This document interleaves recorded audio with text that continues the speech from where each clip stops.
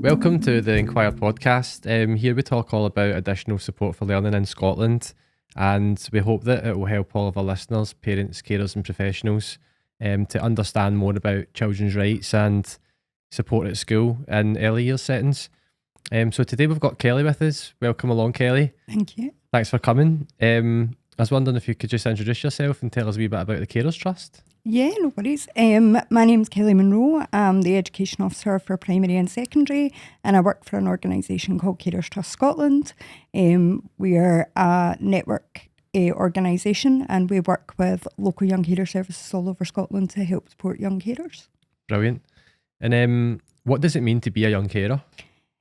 So definition-wise, in legislation, so you have the Carers Scotland Act, which means so a young carer is anyone that provides under the age of 18 that provides care or intends to provide care. Right. We broaden out that definition a bit more to say that actually it could be anyone under the age of 18 that cares for a family member or friend that could, due to illness or injury, looks after someone with a mental health condition or addiction, and they couldn't cope without that support. Yeah. And so am I right in saying do people sometimes are the young carers when like they're defined as a young carer but they might not be thinking of themselves as one? Does that sometimes happen? That happens more than you know. I think a lot of the time it's they've either just grown up in a household, so it could be that they've been born into it and there's been someone in the family or a friend that's had a long-term medical condition and this is just all that they've known, or they may have a sibling with a learning disability or a physical disability. And other young carers, it could be due to a sudden diagnosis, they became young carers overnight. But we hear from young carers going, oh, I didn't know that was me. I didn't know that a young carer was a thing. I just thought that's something that everyone done. Oh, yeah. So they also see things like one young carer told me, like on Children in Need and Comic Relief and different things that you see that they do a lot more. But actually being a young carer, they can do simple things. Well, it's not even simple, but they could do like cleaning in the house, extra chores. It could be that they're helping to look after a brother and sister. Yeah. It doesn't need to be that they're caring for 90 hours a week. It could be a few hours a day, but they often don't recognise that. Yeah. So there's no set sort of threshold? No, like that, it's just... in terms of how much time you spend caring for someone? It could be an hour a week, it could be 90 hours a week. And I think it's just about them recognising that they do it. But I think even in adult carers, we don't see that either. It's just helping my mum or dad, or it's my son, it's my daughter, and you see that with young people, I'm just helping. Yeah. So. And what are the sort of reactions that young people have when they maybe recognise that they are a young carer? We call it a bit of a light bulb moment actually, and you often see it in adults. So when I'm delivering training about young carer awareness and education, you kind of go, oh, I do that. And it's almost they didn't know it. It was, they say to me, I didn't know it was a thing, or I didn't know it was this. They don't know that they're entitled to support. And again, I think it comes back to that, I'm just helping. But they can do things from additional household chores right up to they're helping administer medication, look at dossett boxes, they're cooking, they are doing like the family budget. That's some of the requests that I know our local young carer services get in. Like, can you teach me how to cook for a family of 4? Can you show me how to pay a bill? They help with mobility, so it can be helping lift a heavy adult. Often it can be helping get brothers and sisters. So it may be that a parent has a long-term medical condition, so they're looking after the parent, but they're also then looking after brothers and sisters and taking on that parental role themselves, making sure they've done homework, they've got dinner, their uniforms are ironed for the next day, doing all these sorts of things. So a lot of responsibility there for some young people, isn't there? Yeah, huge responsibilities for them. And quite rightly, a lot of young carers are really proud to be young carers, aren't they? Why is it important that we recognise and respect how young carers want to identify? Because am I right in saying there's some young carers that maybe more play it down as well? Yeah, so I think they should shout about it. I think they should be really proud of what they do. It's great skills they're also learning. And within education especially, if they want to go off, if they have these aspirations and dreams to go into university, we're saying, you know, your learning skills, put that in, like applications. Yeah, exactly, yeah. What you're doing is good, but also we need to be telling like your local authority and governments, we need to make sure you're getting the right support as a young carer. And other young carers don't want to talk about it, and I think there's still a massive stigma. Okay. So just some figures, the Scottish Government recognise there's at least 30,000 young carers in Scotland. We've put that number through academic research at like 1 in 10 young people in a classroom have a young are young carers. And CMIS, which is the schools recording system, I'm sure you know all about it. The figures have just come out for this year. There's just over 8,500 young carers recorded in schools. So the figures differ drastically. Yeah, that's a huge difference. But I think for young carers, there's still a lot out there that don't want to disclose. There's that fear of social work and their family breaking up. Young carers, we did a bit of a group discussion with them around UNCRC, and a lot of them picked that article, Keeping Families Together.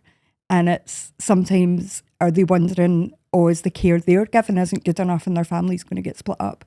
There's also that stigma around addiction and mental health.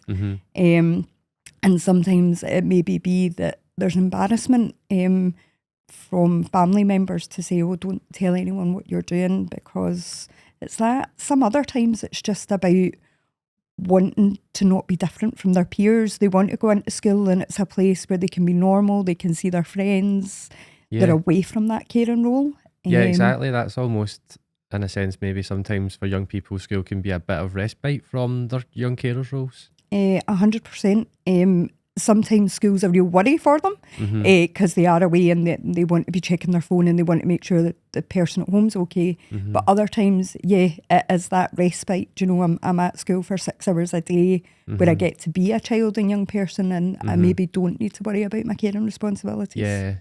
So how do you approach it as an organisation that support young carers? How do you approach it when there are young carers who maybe don't identify themselves as young carers? I think it's about sort of raising awareness, like knowing who young carers are. The Carers Act came out in 2018, which gives young carers and adult carers a lot more rights in Scotland. And I think it's about just making that more visible, that what they're doing is really good and there's a lot of support out there. But again, we still have like some education places telling us that they have no young carers in their school. And then I think it is about that training, visibility, you know, getting them identified and getting support, because sometimes it's when the adults in their world and the professionals actually go, you know, you're doing a really great thing, but there's support out there for you that you can get and is going to help you a lot more. Yeah. And what does that support, what can it look like? So there's local young carer services all over Scotland that do great work, and professionals can refer into them. A lot of times young carers can refer themselves, GPs, things like that. And they offer everything from like one-to-ones. So sitting down, having a chat, they can be referred for counselling. They do great group activities. Carers Trust Scotland and the Scottish Government host the Scottish Young Carers Festival every year. Yeah, and it's I've been a few times. It's I great. know, it's great fun. Fantastic. It's a 3-day residential where young carers can come along and be children and young people. They get to take part in fun activities. There's glitter, so much glitter, but they love it. Cake decorating.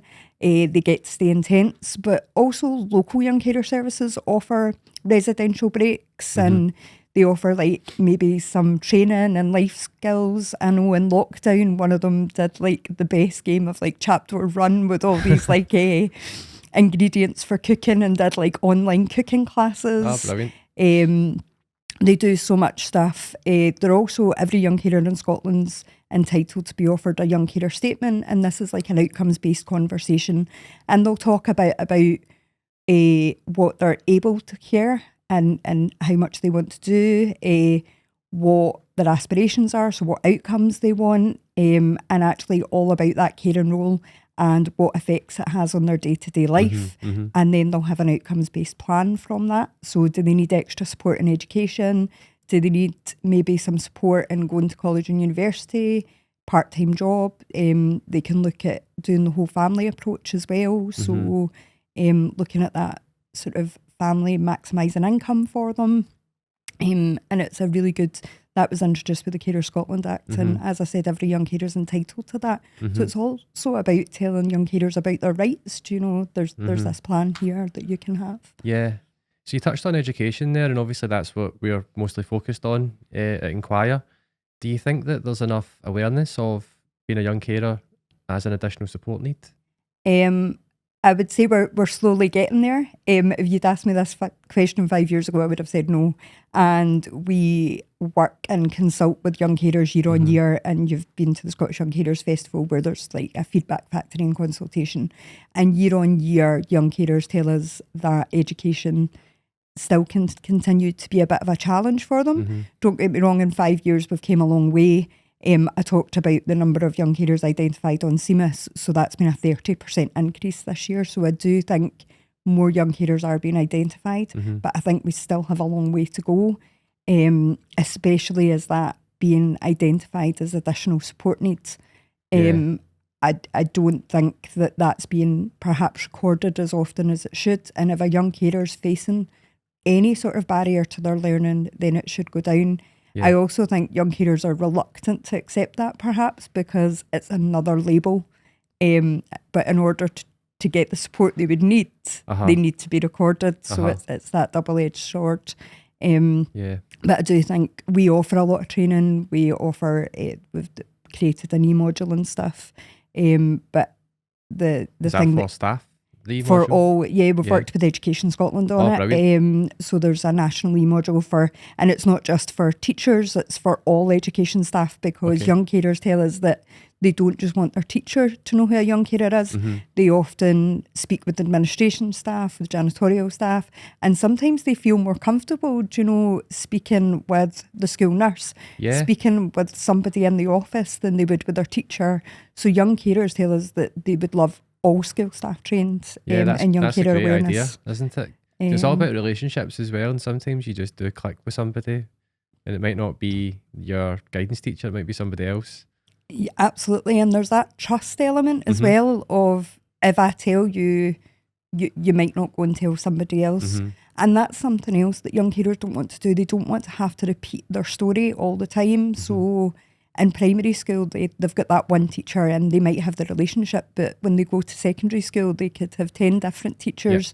And they often say like, oh, I was late for class because of my caring responsibilities, or I have to use my mobile phone, and then I get into trouble for using my mobile phone because I need to phone home to check. My homework wasn't handed in on time because I was up to 2 a.m. doing caring responsibilities.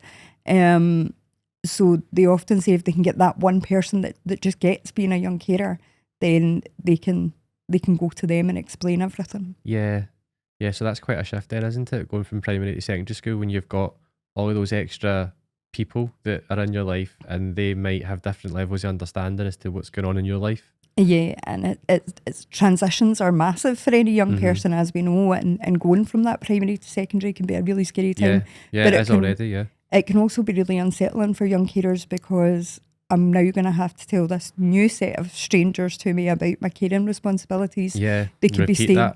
Again. They can stay further away from a school, so it might take them longer to get. And with some young carers, perhaps one young carer have told us about, like, she cares for her brother, but her brother gets picked up by a taxi in the morning.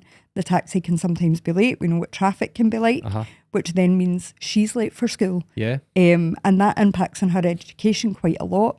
So that should be something we're working with schools to go, actually, is there a better way to get this young person into school and learning? You know all about the education reform and different things, but young carers took part in various consultations around that. And one young person said, how come people can go into work and make a coffee and sit down and check your emails, but we're expected as young carers to go in and just be able to learn from the get-go? And I found that really interesting, to actually go, there should be a bit of processing time there for you. Yeah, like a transition period into your school day. It's not just, that's it, sit down and learn. And you've got a million things going on about your morning. You're still thinking about the taxi being late or whatever it is. Did you leave the medication? Has lunch been made? or you're worried about your brother or sister who went off to school really upset this morning. Yeah, because you've got a huge list of responsibilities potentially, and you're going through them in your head thinking, did I do this, did I do that? Yeah, it sounds like so much, and then you need to actually focus on what the teacher's saying. And learning, and they can often be mistaken for not engaging in class or being tired, or just sometimes it's disruptive learning because they are wanting out of class to go and do something that perhaps their peers can't do, or they are late, or they need to get away early for different reasons, and sometimes they don't want to disclose those reasons, and it comes back to trust issues of, oh, I'm just late because I slept in, or I think that was something we'd spoken about before, wasn't it, as well, was the mobile phones issue, and a lot of young carers maybe wanting to just check in at home to make sure everything's okay. But in schools, there's often quite a lot of tension around phones and checking in with that stuff as well. So that's maybe a stress, is being out of touch from home at school.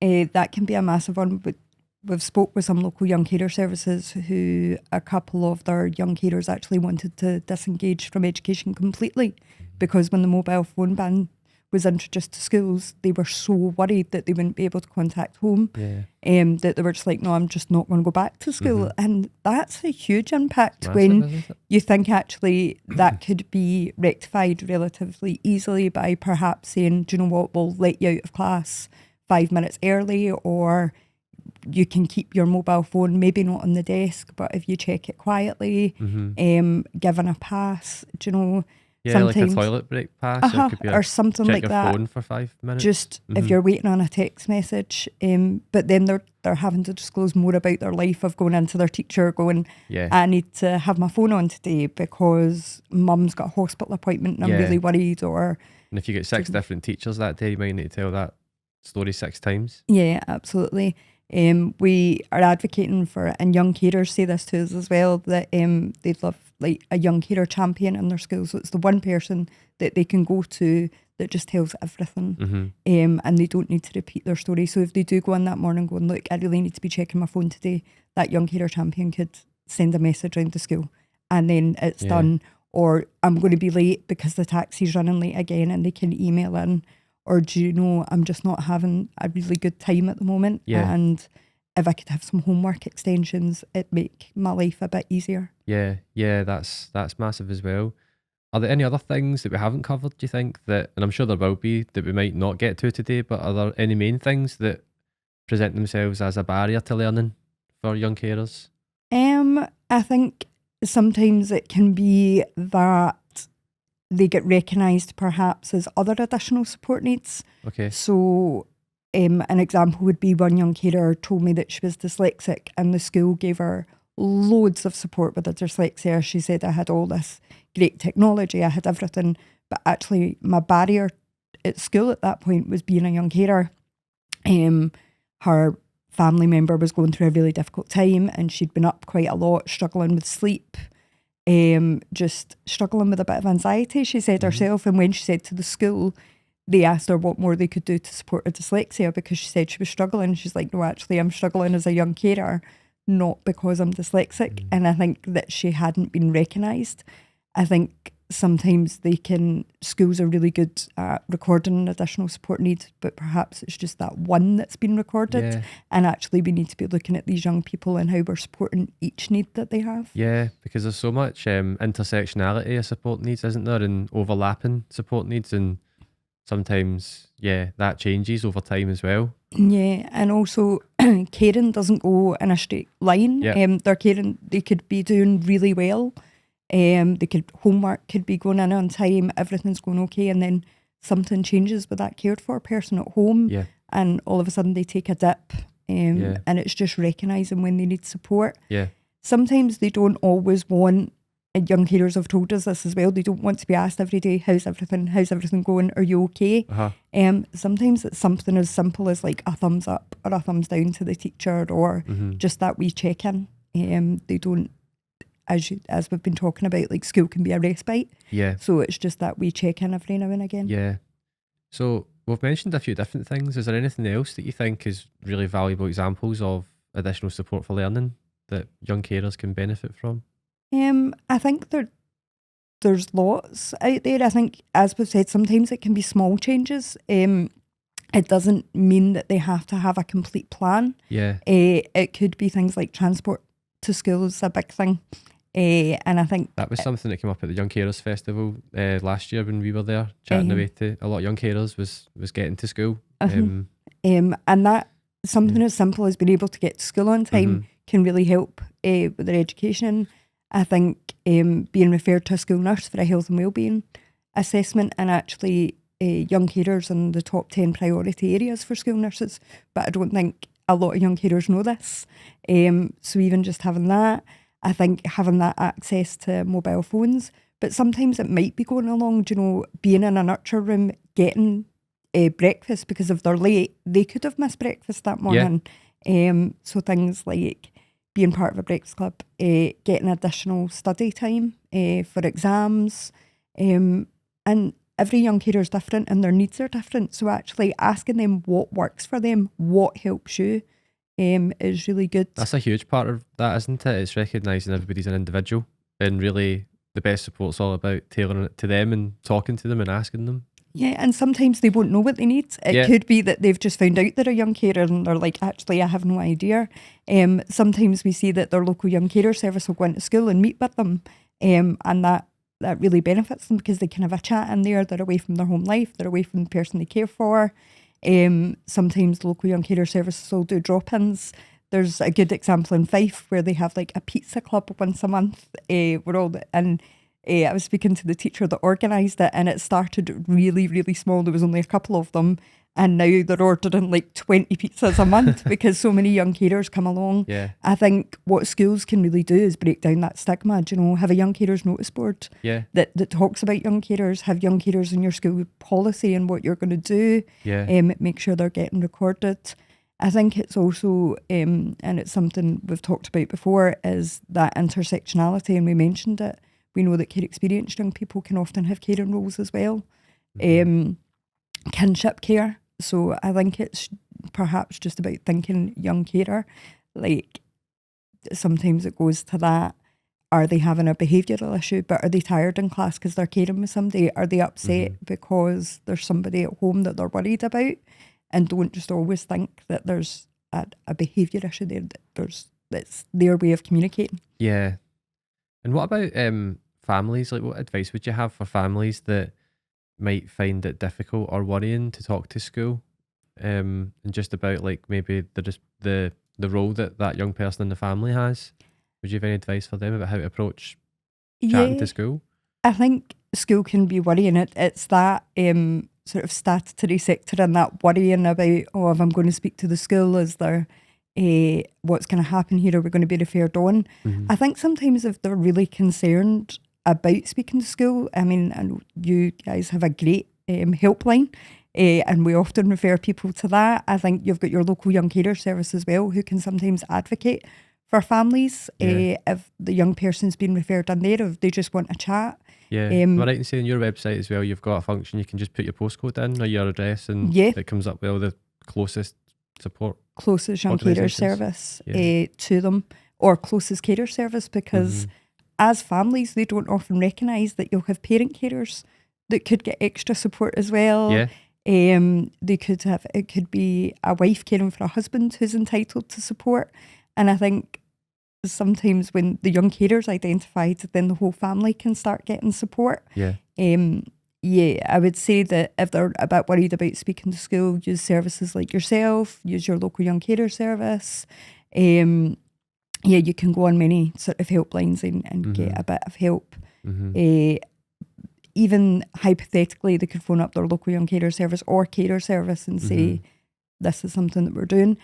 It's hard for families to recognise that even the adults, that they're carers, but also then realising that another young person in their family is a young carer and everything that they've done, and having that acceptance. But it's also good to see that actually they're not doing anything wrong. They're doing a great job, but all the support that they can get out there and is available to them, and everything else.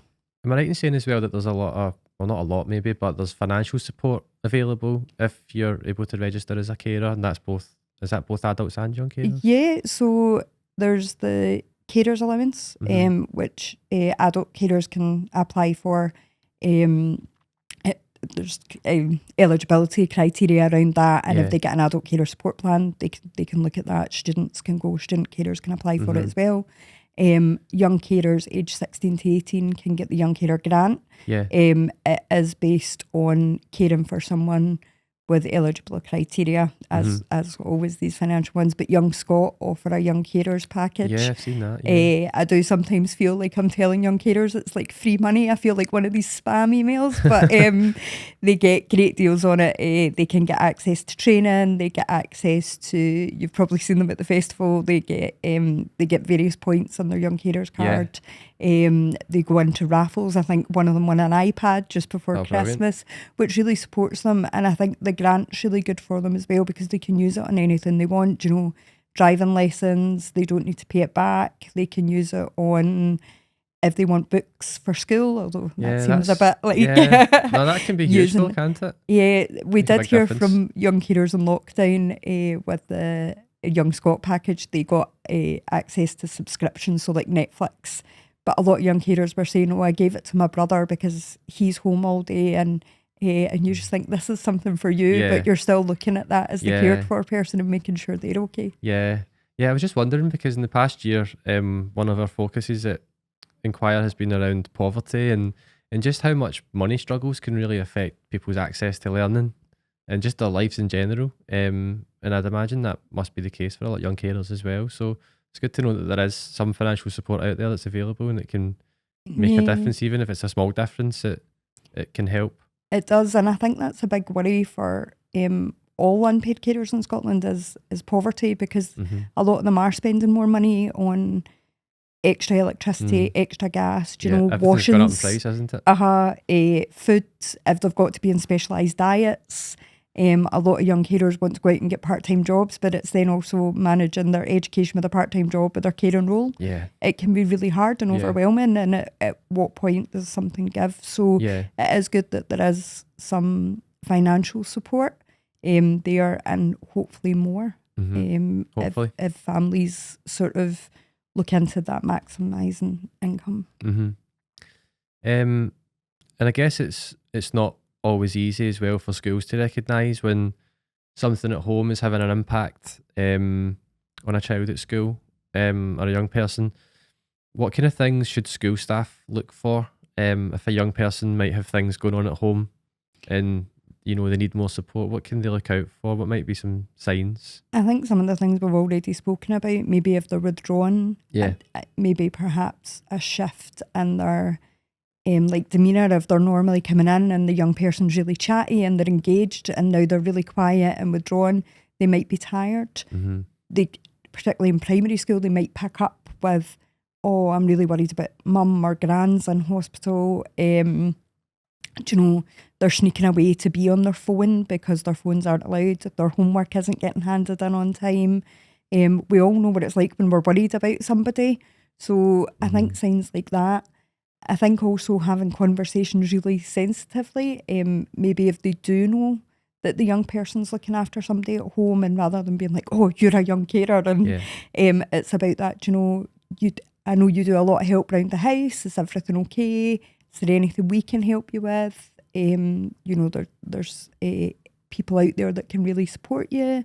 There's organisations, is also that advocacy as well, and I know you do a really good advocacy service that we've referred some people onto. But I think My Rights, My Say is like one, isn't it? That we say to families to go on if they're particularly worried about young carers, and it could even be like placement requests as well. Like if a young carer wants to be in a school perhaps closer to them, but can't get into it because it might be that they get to nip home at lunchtime. So I think there's various things that teachers can look out for. I think actually teachers in schools doing training and just being aware of who young carers are is a huge thing. And just to quickly go back to something you mentioned when we were talking about overlapping support needs, is there a link between care experience and being a young carer? There's not, to my knowledge, but there's no official data on it. we know anecdotally that young carers and care experienced people have said, I'm in the care system, but actually when I get moved into foster care, I still continue to care for my younger brother and sister. Kinship care is a really big one. Because young carers will go and stay with a grandparent, but more often than not, they'll end up caring for the grandparent, and that doesn't get registered. Care experienced as well, it could be that they're going from different households to, and they're really looking out for those brothers and sisters. If they've been removed for perhaps addiction issues, they're still doing that emotional care. They're still phoning back where they can and checking in, or if it's mental health. Just because it's not physical care they're doing, emotional care is one of the biggest ones that's overlooked. They could be supporting someone with a mental health issue for 8 hours a day, and the toll that's taken on them. So I think, yes, there is. I think there definitely needs to be more research into this. Definitely. Because it's that one label, but actually they could be getting a lot more support. Not just being care experienced, but they could be getting support as a young carer as well. Yeah, it's definitely been something that we've become more aware of, myself personally anyway. Just recently we've been developing the Navigate toolkit at Inquire, which is about hopefully supporting parents, carers and professionals to help support care experienced children and young people access education, and that overlap with young carers is really interesting. And like you say, I think we do need more research in that area, don't we? Yeah, I think there's local research happening, but it'd be good to see more national research. And I think even if we take learning from local research and make it look at it on a national perspective. But even just chatting with some young carers, and it's like, oh, actually, you have been in foster care and you've experienced time in foster care. Do you know that makes you like you've been care experienced? And they're like, no, I'm just a young carer. Or if you speak to like a care experienced young person, no, I just do that. And it's not recognising those two. But it's another label for them, and that must be really hard as a young person to be like, well, I'm already labelled, so I don't want another label. And I can completely understand that. Yeah. And just to finish off, so I think this podcast should be going out just before the Young Carers Festival. So what can you tell us about that this year? What's the plan? So the Scottish Young Carers Festival is in July this year. It's over in Fife, and I think registration is just closed for all the young people. I was just speaking to my colleague there. I think there's about 500 young people coming for a 2-night residential where there'll be intense. We are doing sun dances because we don't want rain this year. But also as part of the festival, we have organisations like yourself that come along. They have like Shared Care Scotland. I think the Parliament's coming this year, where you get to have a stall, you get to chat to the young people and do like, I think some of the really good things was it friendship bracelets you guys. Yeah, we were doing that last year, friendship bracelets. Yeah, which was really the talk of it because it was like Taylor Swift themed. Yeah, it was good fun. And they get to come and do, there's like various activities like zip lining, they can do pottery making, cake decorating. There's a glammy tent where they get covered in so much glitter. There's always animals as well, which is nice. Oh yeah, I forgot. They come along, Cool Creatures come along. I had a baby meerkat last year, which I think was more popular with the adults actually than it was with the kids, and they have snakes and all sorts. And lots of bouncy castles, I remember. So many bouncy castles, but we also have a section of it where we have a feedback factory where young carers can come and tell us. Last year it was UNCRC themed, so they could tell us about different articles, like their education, their health, what's important to them, what's working well for them, but also what's not. What did they want us to look at for the year coming ahead?